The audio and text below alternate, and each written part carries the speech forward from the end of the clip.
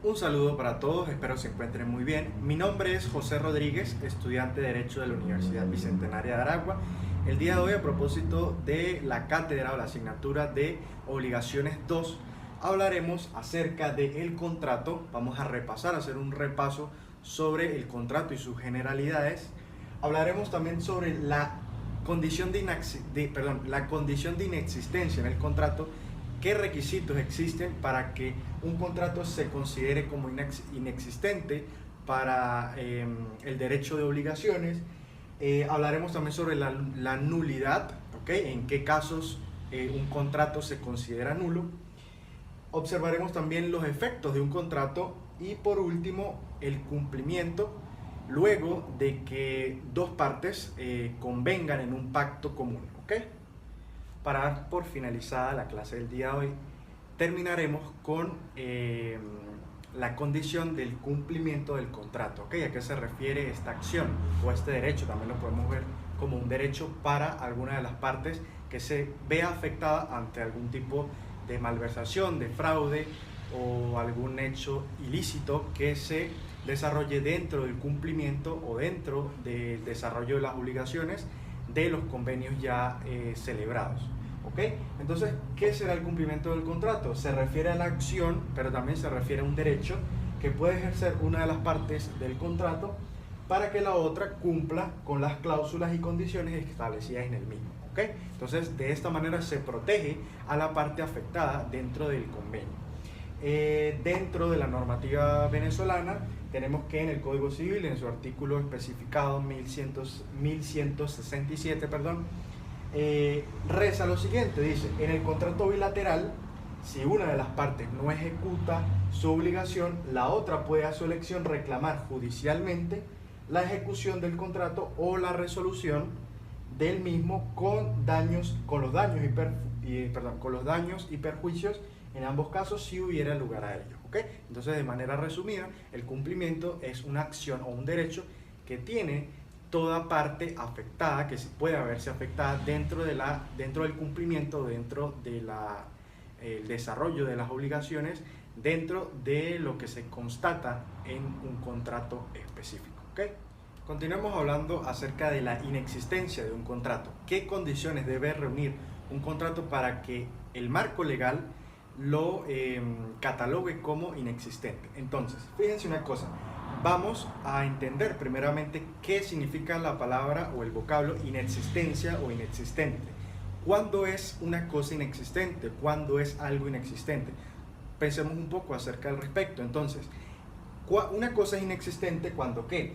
Cuando es algo vacío, cuando es algo que carece de existencia o cuando algo es imposible, ¿ok? Es algo imposible de entender, no tiene una forma física, digamos así, no tiene, ¿ok? No es lo habitual, entonces se considera como algo vacío, algo imposible o algo que carece de existencia. Ahora bien, el Código Civil de nuestra doctrina venezolana, el Código Civil, nos aporta las condiciones requeridas para que un contrato se considere como existente. ¿Ok? ¿Qué vamos a hacer? Y ojo con esto aquí. Como dentro de la normativa venezolana no existen condiciones especiales que digan un contrato se va a considerar inexistente cuando pase esta serie de requisitos. No.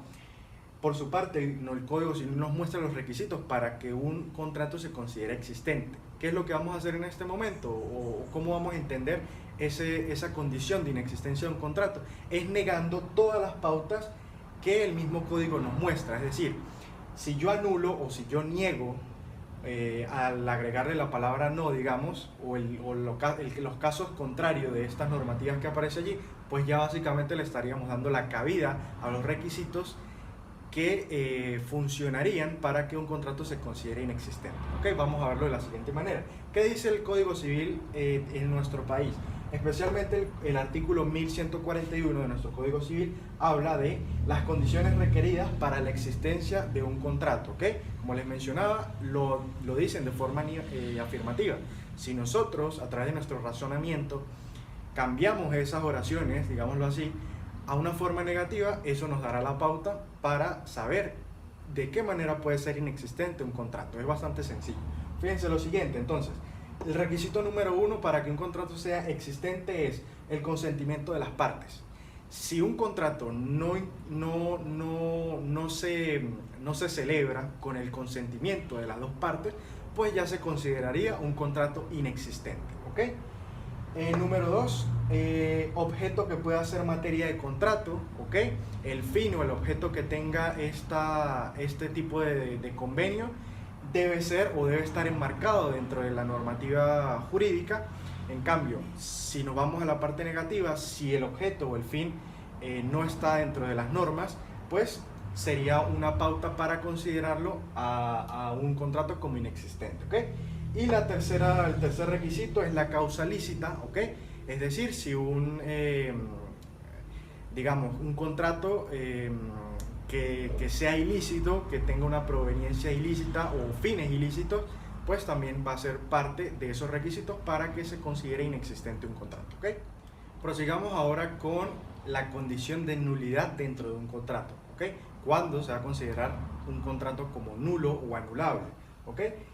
Repasamos primero el concepto de nulidad. ¿Qué significa dentro del ámbito del derecho? La nulidad es sinónimo de prohibición también. Una condición nula es algo antinormativo, o podemos decir que también es inexistente, ¿ok? Dentro de las características o condiciones de algo o una cosa que se considera anulable o nula, podemos decir que un contrato nulo no produce ningún efecto, ¿ok? No existe, es nulo, por tanto no se cumple, no debe ser cumplido, ni otorga exactamente ningún efecto, ¿ok? También podemos decir que la nulidad priva de eficacia jurídica a una relación contractual, ¿ok? Tal cual como la condición de inexistencia, la condición de nulidad también crea esa ineficacia dentro del contrato. La nulidad también es definitiva en el tiempo, es decir, que no puede ser cambiada, algo nulo ya no se puede cambiar en el tiempo. Y bueno, también la nulidad tiene lugar cuando el acto contractual es contrario a la norma, ¿ok? Ya lo habíamos por aquí mencionado. ¿Qué dice el ordenamiento jurídico venezolano? Específicamente en el artículo 1142 del Código Civil, en este caso, y contrariamente a lo que veíamos sobre la condición de inexistencia de un contrato, el Código Civil sí nos muestra en qué momento un contrato o sobre qué requisitos o qué condiciones un contrato puede ser anulado, ¿ok? Puede tener esa condición de nulidad o puede ser anulable. ¿En qué casos entonces puede ser un contrato anulado? Por, número uno, digamos, por incapacidad legal de las partes, ¿ok? Si hay una prohibición o una incapacidad legal de ambas partes o de alguna de ellas, pues obviamente ya estaríamos hablando de un contrato totalmente nulo. Número dos, si existen vicios de consentimiento, ¿ok? Si se está celebrando ese contrato sin el consentimiento de buena fe y expreso y voluntario de alguna de las personas o de alguna de las partes o de ambas partes. Y por ítem número 3 tenemos el incumplimiento en los requisitos de validez de un contrato, ¿ok? Si se incumple con los requisitos fundamentales para un contrato, pues también estaríamos hablando o en presencia de un contrato que puede ser anulable o que se convertirá en un contrato o un convenio nulo. A continuación, sobre los efectos de un contrato o los efectos consecuentes que se derivan luego de la celebración de un contrato, tenemos lo siguiente, o podemos apreciar lo siguiente. Al tratarse el contrato de un convenio entre dos partes, en la que ambas personas o ambas partes se comprometen y están obligados a cumplir con lo que allí describen o el beneficio que necesita y le interesa para cada uno, o lo acordado dentro del contrato, cualquier falla o cualquier falta a ese contrato, a ese convenio, ¿okay?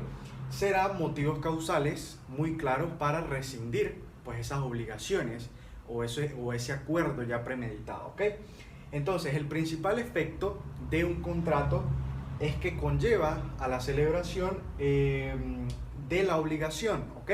O nace, luego de la celebración de un contrato, nace la obligación entre ambas partes de manera recíproca, ¿ok? Entonces, una vez se celebró el contrato, ambas partes a partir de ese momento se encuentran obligadas una con respecto a la otra de manera recíproca, ¿okay? Entonces ese es el principal efecto que mantiene un contrato. Nuevamente el Código Civil de nuestro país indica en ciertos artículos algunos efectos que posee también el contrato en tema jurídico. El caso, por ejemplo, del artículo 1166, que dice que los contratos no tienen efectos sino entre las partes contratantes exclusivamente, ¿ok? También el artículo 1159 habla de que el contrato tiene fuerza de ley, algo muy importante, hay fuerza de ley entre las partes y no se puede revocar sino únicamente por mutuo acuerdo, ¿ok? Y por último, en el Código Civil, el artículo 1160, relata y expone que los contratos deben ejecutarse de buena fe, es un requisito obviamente, y obligan a cumplir con lo expresado en ello y demás consecuencias jurídicas, ¿ok? Es decir, que se obliga a cumplir lo que se está firmando, digámoslo así, o por lo que cada parte se comprometió.